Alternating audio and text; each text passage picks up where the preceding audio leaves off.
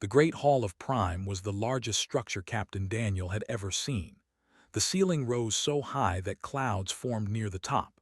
Lights floated in the air like small stars. Representatives from 12 alien species sat in a massive circle, each delegation in chairs designed for their strange bodies.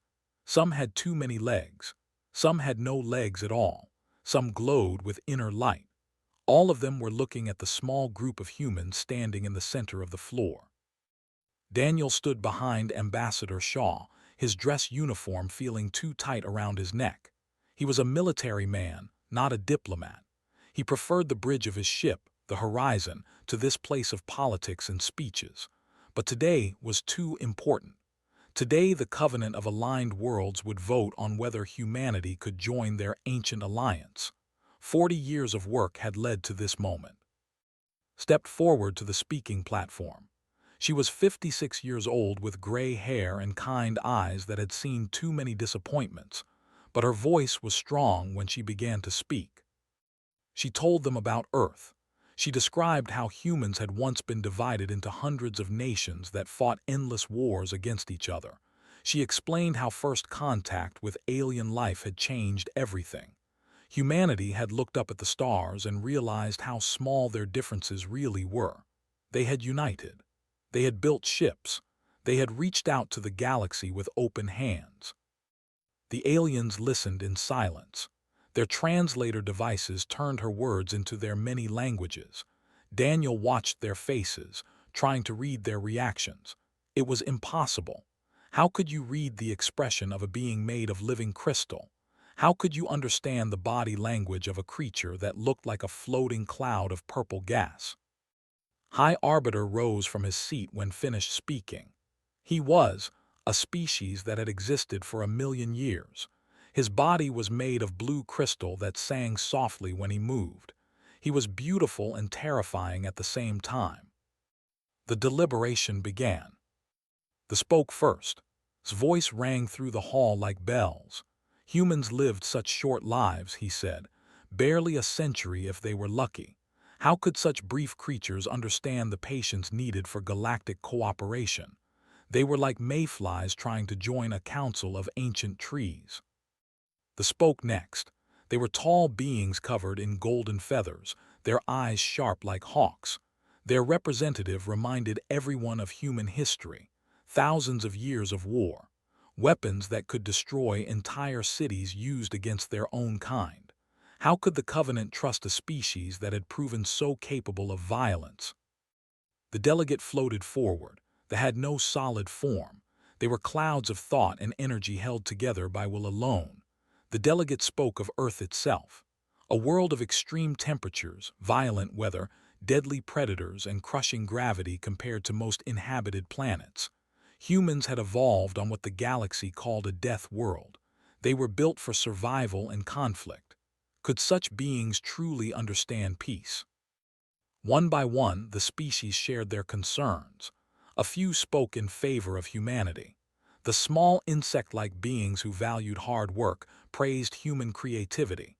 The gentle giants with 4 arms spoke of human art and music that had moved them deeply. The reptilian warriors who respected strength acknowledged human courage. But it was not enough. High Arbiter called for the vote. Each species would cast 1 vote. A simple majority was needed for membership. Daniel held his breath, clasped her hands together so tightly her knuckles turned white. The votes came in. Against, 4, against, 4, against, 4, against. 9 against, 3 in favor. The motion failed. Spoke the formal words of rejection. His crystal voice held no emotion. Humanity was deemed too young, too violent, and too unpredictable for membership in the Covenant of Aligned Worlds. They would be granted trading rights and diplomatic recognition. They could travel through Covenant space and conduct business, but they would have no voice in council decisions, no vote on matters of war and peace, no protection under Covenant law if another species chose to attack them. They were guests in the galaxy, nothing more. Daniel watched receive the news. Her face remained calm and professional, but he could see the pain in her eyes. 40 years of her life had gone into this effort. She had believed so strongly that humanity was ready. She had been wrong. The human delegation walked out of the great hall in silence. Their footsteps echoed off the ancient stones. None of the alien delegates spoke to them as they passed. Some looked away. Others stared with expressions that might have been pity or contempt. It was hard to tell. Outside the hall, Daniel's communication device buzzed against his hip. He pulled it out and looked at the screen. His first officer, commander, was sending an urgent message from the horizon. Daniel read the message twice to make sure he understood. The ship's long-range sensors had detected something strange at the edge of Covenant space. A massive energy signature was moving toward populated systems. It was like nothing in their database. Whatever it was big, very big, and it was coming fast. He showed the message too. She read it with tired eyes that suddenly became sharp and focused. "What is it?" she asked. Daniel shook his head. He did not know, but his instincts, shaped by 20 years of military service, told him it was nothing good. Something was coming, something that would change everything. They hurried toward the shuttle that would take them back to the horizon. Behind them, the Great Hall of Prime continued its business. The Covenant had rejected humanity and moved on to other matters. They had no idea what was approaching. They had no idea that the species they had just dismissed would soon be the only thing standing between them and complete destruction. Daniel looked back one last time at the massive building. Somewhere in there, 12 species had decided that humans did not belong among the stars. He wondered if they would feel the same way when the darkness arrived. 3 weeks had passed since the rejection. The horizon moved through quiet space, running patrol along human trade routes near the border. The crew went about their duties with professional calm, but Daniel could feel the disappointment that hung in the air like smoke. They had all believed this mission would end in celebration.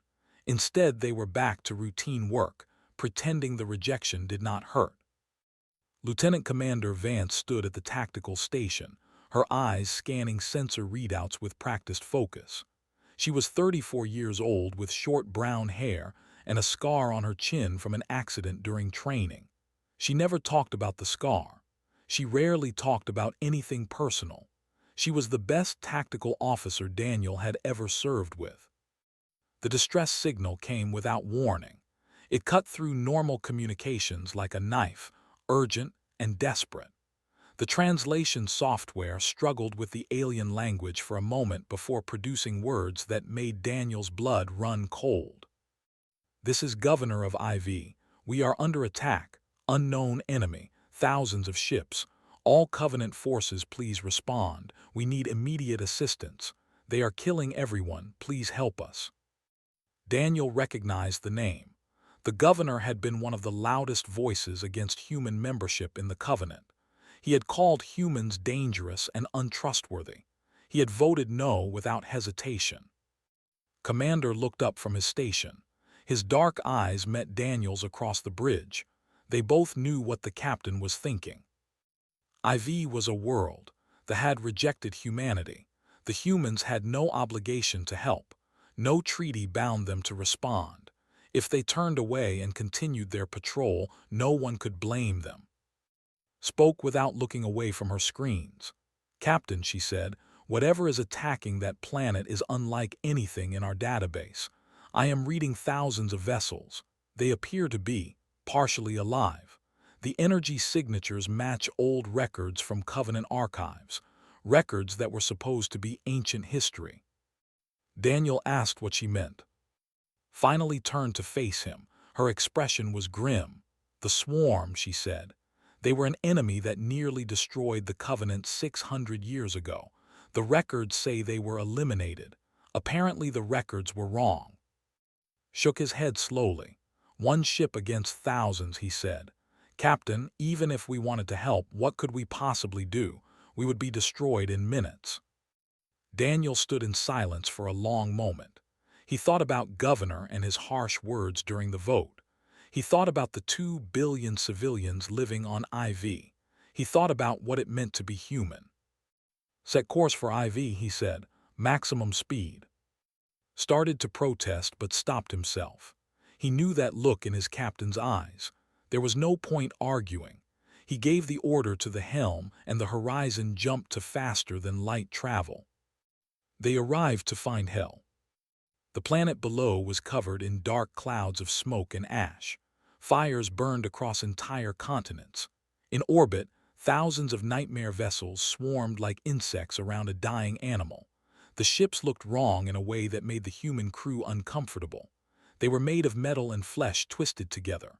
They moved with horrible grace, firing weapons that ate through shields and armor like acid. The defense fleet had been reduced to burning wreckage. A few surviving ships tried to form defensive positions around civilian transports, but they were overwhelmed. For every ship they destroyed, 10 more took its place. Daniel opened a channel to the planet's surface. "Governor, this is Captain Daniel of the human vessel Horizon. We are here to help. What is your situation?" The response came through static and screaming. The governor's voice was barely recognizable. "Human ship," he said, "why are you here? Your people owe us nothing. We rejected you." Daniel kept his voice calm. "Governor, how many civilians can you evacuate? We need to establish a corridor through the swarm for your transport ships." There was a long pause. "Nearly 2 million are ready for evacuation," finally said. "But there is no path. The swarm is everywhere." Daniel looked at. She was already working on her console, calculating trajectories and enemy positions. After a moment, she looked up. "There might be a gap forming on the far side of the planet," she said. "If we can draw their attention, keep them focused on us, the transports might slip through."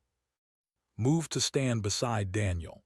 "Captain," he said quietly, "if we draw their attention, we become the primary target. This ship cannot survive sustained assault from that many enemies." Daniel nodded. He knew the odds. He accepted them. "Open a channel to all vessels," he ordered. "Tell them to escort their civilians to the gap identified. We will keep the swarm busy." The Horizon dove into the battle, coordinated their weapons with deadly precision, destroying swarm vessels faster than anyone thought possible. Human targeting systems and human reflexes proved to be advantages they had never encountered. Their ships were designed to overwhelm through numbers. They were not designed to fight an enemy that could predict their movements and exploit their weaknesses. But there were so many of them. The horizon shook as weapons fire struck their shields. Alarms screamed. Damage reports flooded in from every section.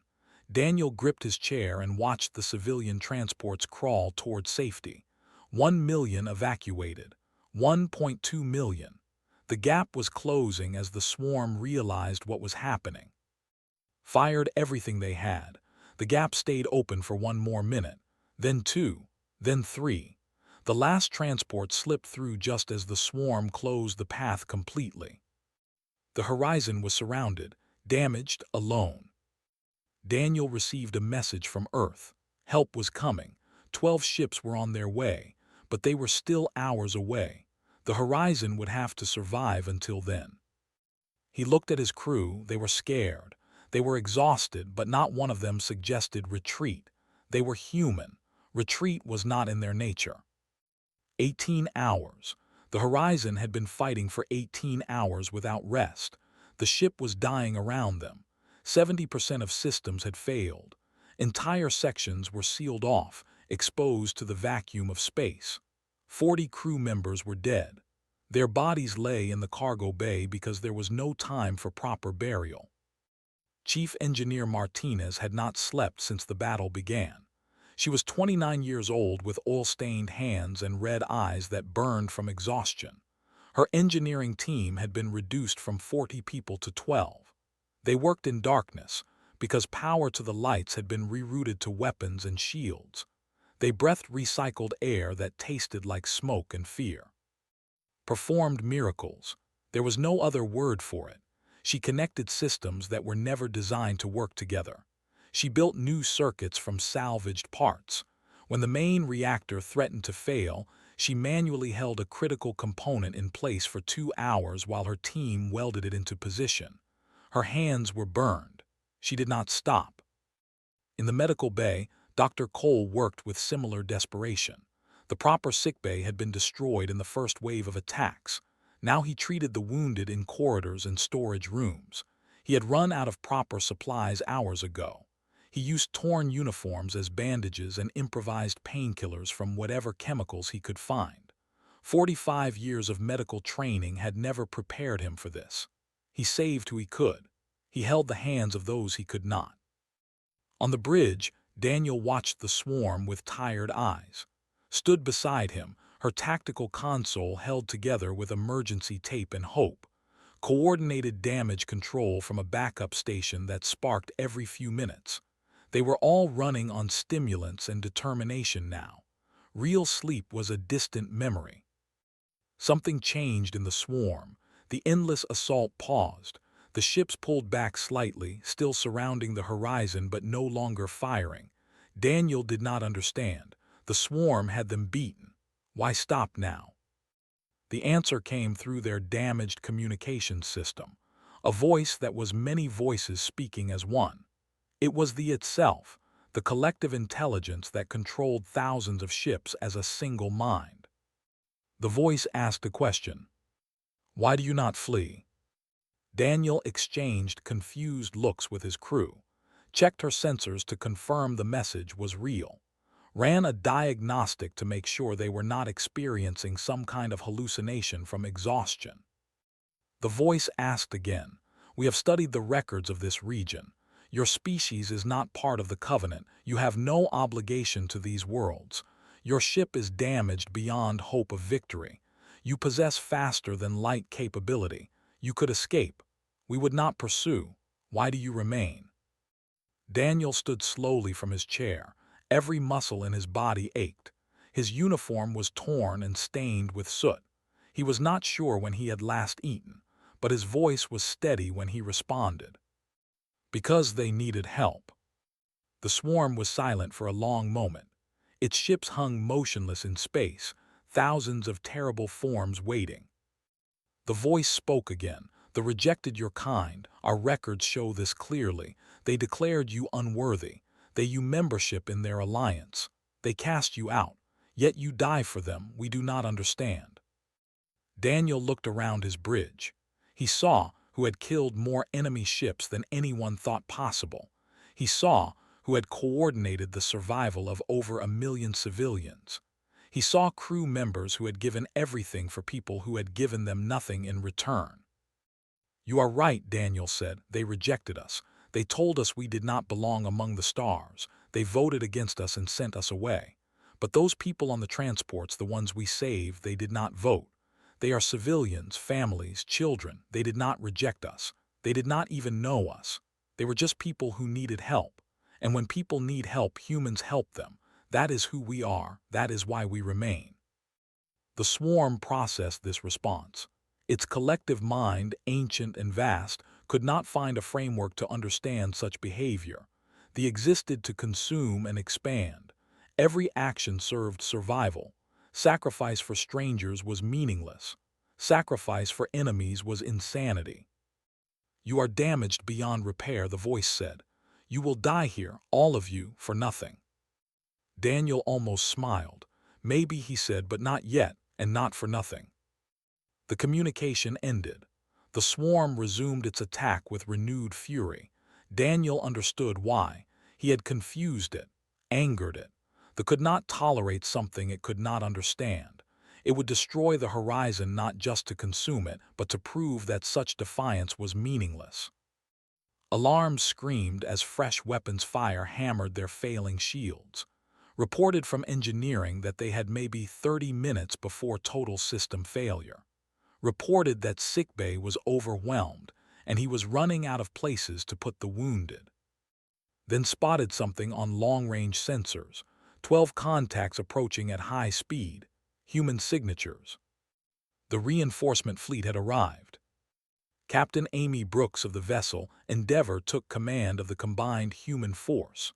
Her voice came through the communication system, calm and professional despite the nightmare surrounding them. "Horizon," she said, "we see your situation. Form up on our position. We are establishing a defensive perimeter around the evacuation corridor." 12 ships against thousands. The odds were still impossible, but they were no longer alone. Daniel gave the order to move. The Horizon limped toward its allies, trailing smoke and debris. Behind them, the swarm prepared for the next phase of the battle. The real fight was just beginning. Captain Amy Brooks had been fighting wars since she was 19 years old. She had commanded ships in 3 different conflicts. She had lost friends and crew members. She had faced impossible odds before and survived through skill, luck, and sheer stubbornness. But she had never seen anything like the swarm. The enemy filled space in every direction. Thousands of ships moved as one organism, coordinated by a collective intelligence that had consumed entire civilizations. Against this nightmare force, she had 12 human vessels. Several were already damaged. The Horizon was barely holding together. It was not enough. It would never be enough. But Amy did not think about what was enough. She thought about what was possible. Her tactical display showed the enemy formation in detail. The swarm moved in patterns that seemed random but actually followed predictable rules. Each ship communicated with its neighbors through some kind of quantum link. They shared information instantly. When one ship detected a threat, every ship knew about it at the same time. This was their greatest strength. It could also be their greatest weakness. Amy gave orders quickly. Her ship spread out in a formation that made no sense by conventional military standards. They hid behind asteroids and debris. They used the planet's magnetic field to mask their energy signatures. They moved in ways that seemed chaotic but actually followed a careful plan. The swarm attacked. Weapons fire filled space with deadly light. Human ships dodged and weaved, taking damage but avoiding destruction. They fired back in short bursts, never committing too much to any single target. The swarm pushed forward, trying to overwhelm them through numbers. Then Amy gave the signal. Her ships scattered in 12 different directions, each one becoming a separate threat that the swarm had to track. The collective mind tried to coordinate responses to all 12 targets simultaneously. For a few precious seconds, its attention was divided. During those seconds, the human ships struck back with everything they had. Concentrated fire tore through swarm vessels that were momentarily confused. Explosions bloomed in the darkness. The swarm screamed through its quantum link, trying to reorganize. Ensign Park sat at the communications station aboard the Horizon. He was 23 years old, fresh from the academy, and this was his first real combat assignment. He was terrified, but his hands remained steady on his controls, analyzing the enemy signals that flooded his screens. Something caught his attention, a pattern in the swarm's communications. Every time the collective mind issued a command, there was a brief pulse of quantum energy. The pulse came from deep within the swarm formation, from a cluster of larger vessels that seemed different from the others. Command ships, or perhaps something like a brain, reported his discovery to Captain Brooks. She listened carefully, then asked Martinez if there was any way to disrupt quantum communications. Thought about the question while her hands continued their endless work of keeping the Horizon alive. Theoretically, she said, a powerful enough electromagnetic pulse in the right frequency could create interference. But generating such a pulse would require more power than the Horizon could spare. It would burn out their entire communication system permanently. "Do it," Daniel ordered without hesitation. Did not argue. She had worked with Daniel long enough to know when his mind was made up. She began rerouting power from every non-essential system. Life support was reduced to minimum. Artificial gravity was shut down. Every light on the ship went dark except emergency indicators.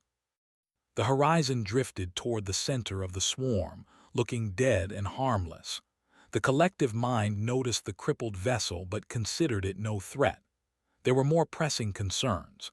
The other human ships were proving surprisingly difficult to destroy. Counted down the seconds. The communications array began to overload, building power beyond all safety limits. Warning indicators flashed and screamed. The hull around the array began to glow with heat. Now said. The pulse erupted from the horizon like a wave of pure chaos. It spread through the swarm at the speed of light, washing over the quantum links that connected every ship to the collective mind. For several precious minutes, the connection was broken. The effect was immediate and devastating. Swarm vessels that had moved with perfect coordination suddenly became individual ships with no instructions. Some continued their previous actions mindlessly. Some stopped entirely, drifting without purpose. Some began attacking anything nearby, including other swarm ships. The unified force became a confused mass of individual components. The human fleet exploited every moment. They tore through the disoriented swarm with ruthless efficiency. Amy coordinated the assault with cool precision, identifying the most dangerous targets and eliminating them before the collective mind could recover. Then the Covenant fleet arrived. High Arbiter stood on the bridge of his flagship and watched the battle unfold on his tactical display. He had commanded forces for 300 years. He had seen many conflicts, but he had never seen anything like this. A handful of human ships, outnumbered by hundreds to one, had not only survived against the swarm but had found a way to fight back. They had discovered a weakness that no one else had seen. They had exploited it with creativity and courage that all reasonable expectation. The Covenant fleet engaged at full strength. Fresh ships with full weapons and shields joined the battle. The swarm, already confused and damaged, began to retreat for the first time in its existence. Its collective mind screamed in frustration and something that might have been fear. This was not how things were supposed to happen. Lesser species were supposed to fall before the swarm. They were not supposed to fight back. They were not supposed to win. The battle turned into a rout. Swarm vessels fled in all directions, pursued by Covenant ships. The threat that had consumed entire civilizations was breaking apart before their eyes. Amy received a message from High Arbiter. His crystal voice carried something that sounded like wonder.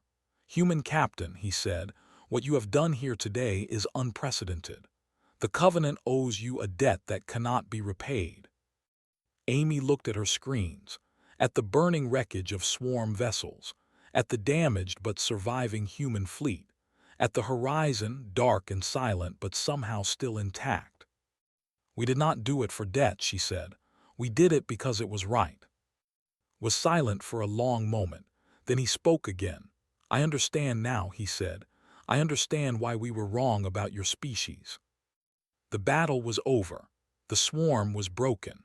But for the humans who had fought and bled and died among the stars, this was only the beginning. 1 month had passed since the Battle of IV. The galaxy had changed in ways no one could have predicted. The Great Hall of Prime looked different than Daniel remembered. A new section had been added to the ancient building, constructed by architects who had studied human design. The addition was angular and bold, filled with natural light and open spaces. It was a gift from Governor to the people who had saved his world. Daniel walked slowly through the crowded corridors. His arm was still in a sling from injuries sustained during the battle. His dress uniform felt uncomfortable, just as it had the first time he stood in this place. But the faces around him were different now. Aliens who had once avoided eye contact now nodded with respect as he passed. Some even smiled or performed whatever gesture their species used to express warmth. The assembly chamber was full. Representatives from all 12 founding species sat in their seats, along with observers from dozens of other civilizations. News of the human stand at IV had spread to every corner of known space. Everyone wanted to see what would happen next. Ambassador Shaw stood at the speaking platform. She looked older than she had a month ago. The weeks since the battle had been exhausting. Negotiations, interviews, diplomatic meetings that lasted deep into the night. But her eyes were bright with hope. Governor rose from his seat before could begin her speech. The elderly walked slowly to the center of the chamber. His golden feathers had faded with age and stress. His movements were stiff and careful, but his voice was strong when he addressed the assembly. "I wish to speak," he said. High Arbiter gestured for him to continue. Turned to face the human delegation. "1 month ago," he said, "I stood in this chamber and voted against these people. I called them dangerous. I called them untrustworthy. I said they were too violent and too primitive to join our covenant. I was wrong." The chamber was completely silent. Every eye and sensor focused on the old. "When the swarm came to my world," continued, "I sent distress calls to every covenant member. Help was coming," they said. "For days away," they said. "In 4 days, 2 billion of my people would have been consumed. We had no hope." And then a single human ship appeared. He pointed at Daniel. "That man," he said, "had every reason to ignore our suffering. My vote had his people membership in the covenant. My words had called them unworthy. Yet he came anyway. He risked his ship and his crew to save people who had rejected him. He fought against impossible odds, not for reward or recognition, but simply because we needed help." His voice cracked with emotion. "I watched human medical teams stay behind on the surface to treat wounded while their own ship burned in orbit. I saw human engineers repair our damaged vessels before their own. I witnessed humans die protecting strangers who had given them nothing but contempt. This is not the behavior of primitives. This is not the behavior of dangerous animals. This is the behavior of people who understand the true meaning of civilization." He turned back to the assembly. "I hereby change my vote," he declared. "Humanity deserves a place among the stars. They have earned it with blood and sacrifice and courage beyond measure." One by one, other representatives rose to speak. The delegate described how human creativity had found a weakness in the swarm that no other species had detected. The council member spoke of human tactical innovations that had changed the course of the battle. Even species that remained skeptical could not deny what had happened. High Arbiter called for the vote. The results came in. 4. Unanimous. Humanity was granted full membership in the Covenant of Aligned Worlds. The chamber erupted in sounds of approval from a dozen different species. Shaw stood frozen at the platform, tears streaming down her face. 40 years of work, rejection, heartbreak, and hope had led to this moment. She had never stopped believing. Finally, the galaxy believed too. There was more. High Arbiter announced the creation of a new organization called the Rapid Response Council. It would coordinate defense against future threats, using the tactics and strategies that humans had developed during the battle. Daniel was offered a permanent position on this council.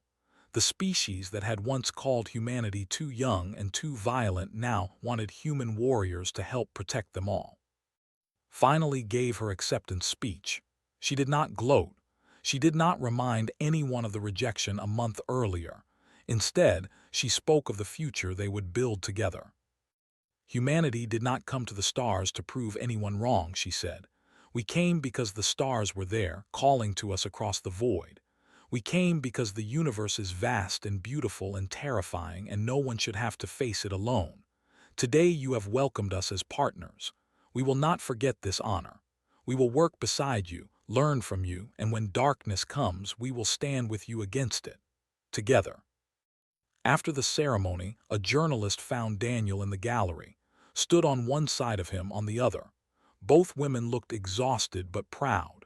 The journalist asked Daniel if he felt vindicated. The species that had rejected humanity had just admitted they were wrong. Did he feel satisfaction?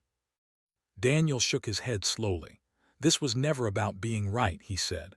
"When we flew to IV, we did not think about votes or membership or what the Covenant thought of us. We thought about the people who needed help. We thought about doing what humans have always done when others suffer. We acted. Everything else followed from that. The journalist asked what came next. Daniel smiled for the first time in weeks. "We keep going," he said. "There is a swarm out there, scattered and weakened but not destroyed. Someone needs to find them and make sure they never threaten anyone again. Might as well be us." 3 days later, the Unity launched from Prime. It was a new ship, the first vessel designed by humans and Covenant engineers working together.